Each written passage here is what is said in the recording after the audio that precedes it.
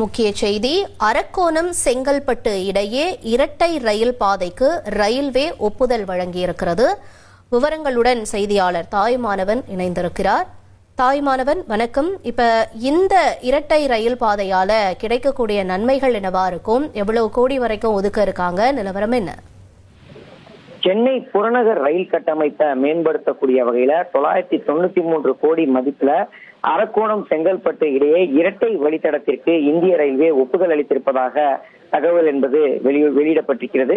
அரக்கோணம் செங்கல்பட்டு இந்த இரட்டை வழித்தடத்துல போக்குவரத்து நெரிசலை குறைக்கவும், அதாவது ரயில் போக்குவரத்து நெரிசலை குறைக்கவும், பயணிகள் மற்றும் போக்குவரத்தை வலுப்படுத்தவும் இது மேலும் உதவிகரமாக இருக்கும் என எதிர்பார்க்கப்படுகிறது. அது மட்டுமல்லாம குறிப்பாக இண்டஸ்ட்ரியல் காரிடாக இருக்கக்கூடிய இந்த சுற்றுவட்டார பகுதிகளில் இருந்து சிமெண்ட், வாகனங்கள் மற்றும் உணவு தானியங்களுடைய போக்குவரத்தை அதிகப்படுத்துவதற்கும் இந்த வழித்தடம் பிரதானமாக இருக்கிறது. எனவே இது அதிகப்படுவதற்கான வாய்ப்புகள் என்பது அதிகரித்திருக்கிறது.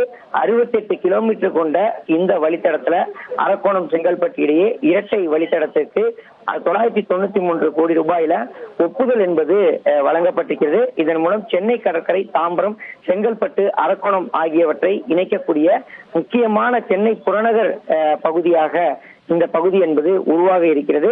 இந்த வழித்தடத்துலதான் மகேந்திரா வேர்ல்டு சிட்டி, ஸ்ரீபெரும்புதூர், ஒரகடம், இருகாட்டுக்கோட்டை உள்ளிட்ட பல முக்கிய பொருளாதார மற்றும் தொழில்நுட்ப மையங்களும் இருப்பதாகவும், அது மட்டுமல்லாம ஆட்டோமொபைல், சிமெண்ட் மற்றும் உற்பத்திக்கான அந்த தொழிற்சாலைக்கான சேவையை வழங்கக்கூடிய ஒரு பிரதானமான முனையமாகவும் இருப்பதாகவும், அதே போல காஞ்சிபுரம் அருகில் முன்மொழியப்பட்டிருக்கக்கூடிய பரந்தூர் விமான நிலைய திட்டமும் இந்த வழித்தடத்திற்கு அருகே அமைவதால இந்த வழித்தடம் என்பது முக்கியத்துவம் வாய்ந்ததாக பார்க்கப்படுகிறது.